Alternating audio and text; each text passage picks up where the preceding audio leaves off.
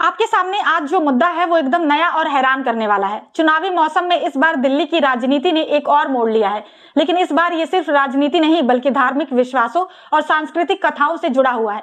जी हां, आपने सही समझा, बात हो रही है रामायण के बारे में। और ये मुद्दा इतना गर्म हो गया है कि बीजेपी और आम आदमी पार्टी के बीच एक नया विवाद शुरू हो गया है। आखिर ये पूरा मामला क्या है? क्या चुनावी राजनीति में धर्म का इस्तेमाल करना सही है? और क्या सच में अरविंद केजरीवाल ने रामायण के साथ कुछ गड़बड़ कर दी है? आज इस वीडियो में हम यही सब बात करेंगे। तो आइए पहले जानते हैं कि केजरीवाल ने आखिर कहा क्या था और क्यों बीजेपी उनके पीछे पड़ी हुई है। दिल्ली के पूर्व मुख्यमंत्री और आम आदमी पार्टी के प्रमुख अरविंद केजरीवाल ने एक चुनावी सभा में रामायण का जिक्र करते हुए सीता हरण की घटना को एक अलग अंदाज में बताया। उन्होंने कहा, रामचंद्र जी जब जंगल में खाना ढूंढने गए तब रावण ने सोने के हिरण का रूप लेकर सीता मैया का हरण कर ले गया। अब इस बयान को लेकर बीजेपी और केजरीवाल के बीच हंगामा खड़ा हो गया है। बीजेपी ने इसे सनातन धर्म का अपमान बताया और आरोप लगाया कि केजरीवाल ने रामायण का गलत व्याख्यान किया है।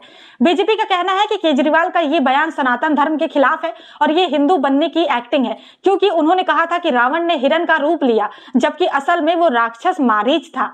आइए अब जरा इसका सच समझते हैं। दरअसल रामायण में राक्षस मारीच ने सोने के हिरण का रूप लिया था और सीता माता ने लक्ष्मण से कहा था कि वो उस हिरण को पकड़ कर लाए, लेकिन केजरीवाल ने जो कहा उसमें रावण का नाम लिया, जो कि गलत है। अब क्या ये सिर्फ एक छोटी सी गलती थी या फिर इस बयान के पीछे कुछ और राजनीति छिपी हुई है?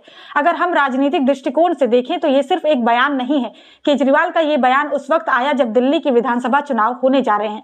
चुनावी मौसम में धार्मिक मुद्दे अक्सर संवेदनशील हो जाते हैं। बीजेपी ने इस बयान का इस्तेमाल केजरीवाल की छवि को हिंदू विरोधी साबित करने के लिए किया है। दूसरी तरफ केजरीवाल के समर्थक इस मुद्दे को एक बड़ी साजिश मानते हैं और कहते हैं कि बीजेपी चुनावी लाभ के लिए धर्म का इस्तेमाल कर रही है। अब बात करते हैं उन आंकड़ों की जो इस पूरे विवाद को और भी स्पष्ट करेंगे। हाल के दिनों में हम देख रहे हैं कि आम आदमी पार्टी ने खुद को हिंदू धर्म के प्रति अपनी निष्ठा को और मजबूत किया है। कई बार केजरीवाल मंदिरों का दौरा करते हुए दिखाई दिए और हनुमान जी के भक्त होने का दावा भी किया। इसके बावजूद बीजेपी का ये आरोप कि केजरीवाल सिर्फ चुनावी हिंदू बनने की एक्टिंग कर रहे हैं लोगों के बीच चर्चा का विषय बन गया है। लेकिन क्या सिर्फ एक बयान को लेकर किसी को फर्जी और सांप्रदायिक ठहराना सही है? क्या हमें राजनीति में ऐसे मुद्दों को इतना बढ़ा चढ़ाकर पेश करना चाहिए? क्या ये मुद्दा केवल एक छोटी सी गलती का परिणाम है या फिर राजनीति में धर्म का इस्तेमाल करने का एक तरीका?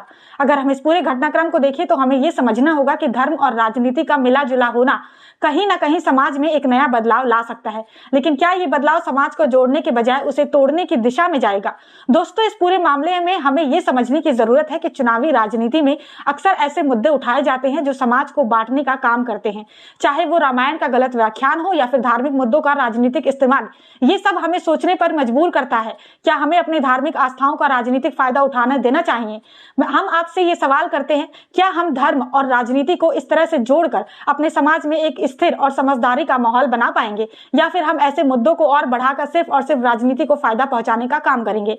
तो दोस्तों, इस वीडियो में इतना ही। अगर आपको वीडियो पसंद आई हो तो कृपया इसे लाइक और शेयर करें और अपने विचार नीचे कमेंट सेक्शन में जरूर बताएं। इस तरह के और वीडियोस के लिए चैनल को सब्सक्राइब करना बिल्कुल भी न भूलें।